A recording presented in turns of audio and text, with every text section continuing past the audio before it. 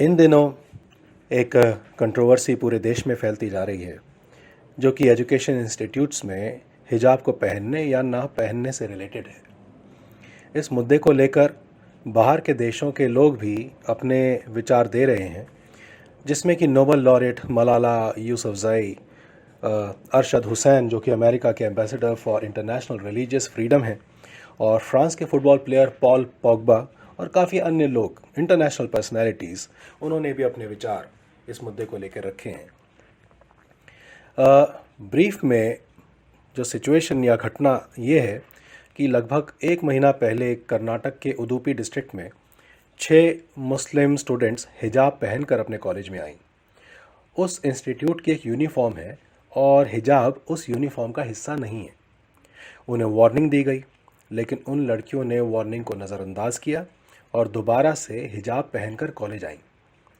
अब college authorities ने उन्हें रेस्ट्रिकेट कर दिया। अब ये लड़कियां प्रोटेस्ट करने लगीं। ये बात बढ़ गई, दूसरे धर्म के और कुछ और सेक्युलर लोग भी प्रोटेस्ट करने लगे। अब इस वजह से ये इशू कम्युनल हो गया,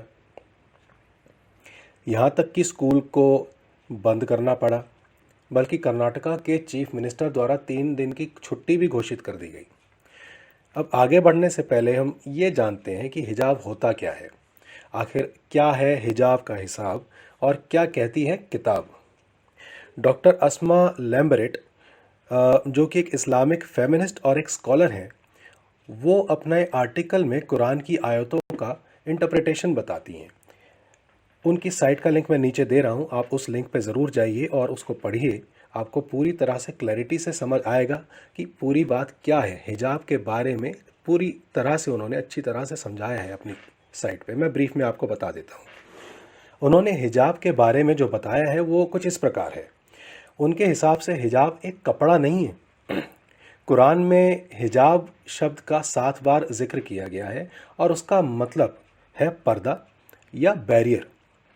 उनका कहना है कि कुछ रिलीजियस लीडर्स और समझ लीजिए कुछ मौलवियों द्वारा हिजाब शब्द को मिस इंटरप्रेट कर दिया गया है, जिसका ऑब्जेक्टिव अल्टीमेटली औरतों को पॉलिटिकल और सोशियो इकोनॉमिक इन्फ्लुएंस से दूर रखने के लिए किया गया था।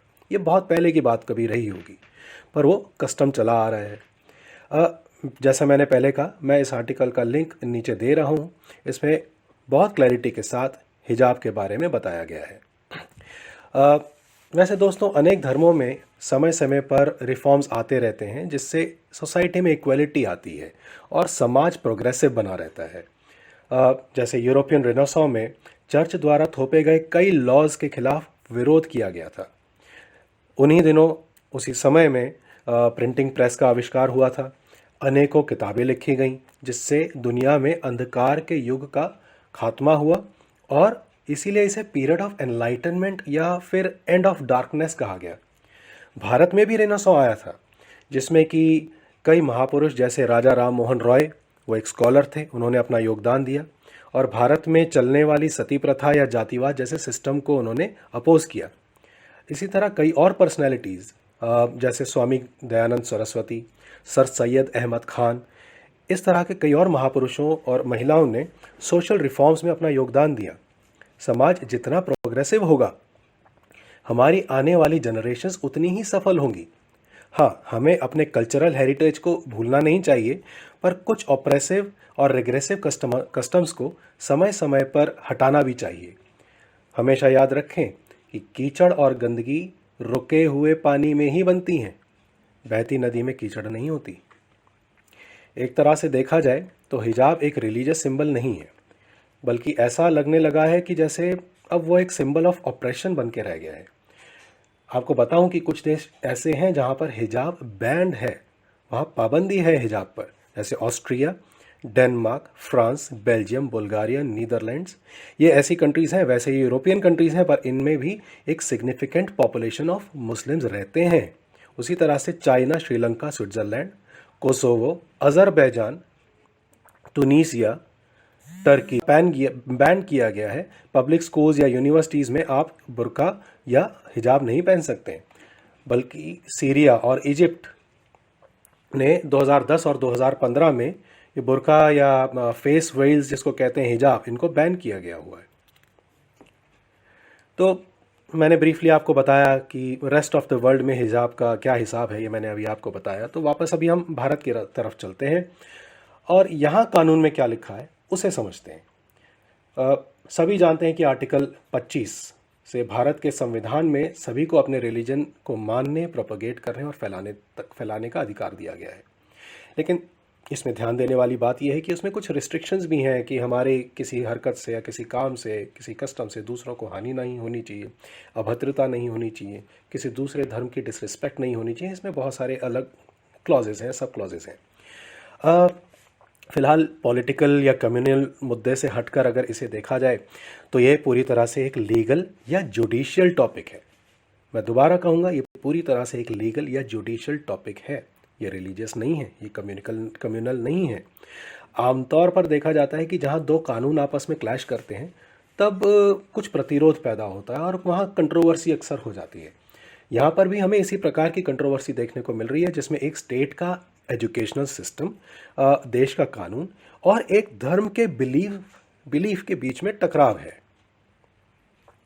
कुछ लोग एक्चुअली इसमें ये कॉमन तर्क दे रहे हैं कि जब सिख पगड़ी या टर्बन पहन सकते हैं तो ये लड़कियां हिजाब क्यों नहीं पहन सकती।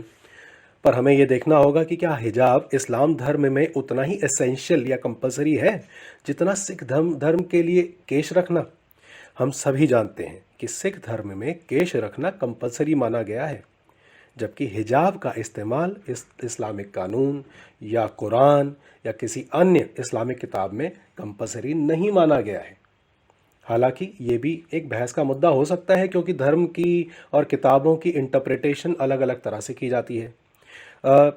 फॉर एग्ज़ाम्पल, मान लीजिए अगर मैं नॉर्थ डायरेक्शन में खड़ा हूँ और आप साउथ डायरेक्शन में खड़े हैं, तो क्या मैं आपको ये कह सकता हूँ कि नहीं जनाब आप तो गलत डायरेक्शन में हैं? नहीं।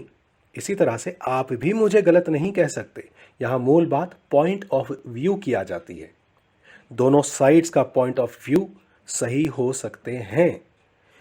वैसे तो इसका सही निर्णय कर्नाटका हाई कोर्ट लेगा, या अगर ये केस आगे तक जाता है तो भारत का उच्चतम न्यायालय यानी सुप्रीम कोर्ट लेगा। वैसे इस सिचुएशन में हमारे कुछ नेताओं, उनके बयान कभी कभी आग में घी डालने जैसा काम भी कर देते हैं। ये एक बहुत ही सेंसिटिव मामला है और हमारी उम्मीद ये है कि सभी नेता, एक्सपर्ट्स और स्टूडेंट ग्रुप्स समझदारी से काम लेंगे। एक बात बताऊँ आपको, बीजेपी की प्रवक्ता हैं एक शाजिया इल्मी, उनका मैं इंटरव्यू देख रहा था। उसमें उन्होंने साफ कहा कि हिजाब से निजात पाने के लिए, हिजाब से फ्रीडम पाने के लिए उन्होंने अपनी फैमिली में, पर्सनल लाइफ में कितना संघर्ष किया है। उन्हें काफ़ी संघर्ष करना पड़ा था अपने परिवार को, अपने आसपास पड़ोसियों को ये समझाने के लिए कि हाँ वो बिना हिजाब के रहना चाहती हैं, और वो एक बहुत बहुत मुश्किल दौर से गुजरी हैं ये प्रोटेस्ट करने के लिए। मैं समझता हूँ कि उन्हीं के जैसी कई और लड़कियाँ होंगी जो हिजाब से फ्रीडम पाना चाहती होंगी। वैसे ये एक जाना माना फैक्ट है कि हिजाब या घूंघट या पर्दा, इनका इस्तेमाल पुराने ज़माने से महिलाओं को एक तरह से दबाने के लिए किया जाता रहा है। आयरनी या विडंबना ये है कि जहाँ दुनिया भर में आज महिलाओं के हक की बात चल रही है, वहीं कुछ महिलाएं आज खुद ही हिजाब या पर्दे में रहने को अपना अधिकार समझने की भूल कर रही हैं। हमें ये नहीं भूलना चाहिए कि किसी भी देश या सोसाइटी की प्रगति उसकी महिलाओं की प्रगति के बिना अधूरी है। हिजाब या घूंघट सिर्फ और सिर्फ एक पुरुष प्रधान समाज की मानसिकता का प्रतीक है, किसी धर्म का नहीं। पर बात यह भी है दोस्तों कि जब कुछ पंछी पिंजरे में रहने को ही पसंद करने लगें तो आप उन्हें कैसे आज़ाद करेंगे। इन दिनों एक कंट्रोवर्सी पूरे देश में फैलती जा रही है, जो कि एजुकेशन इंस्टीट्यूट्स में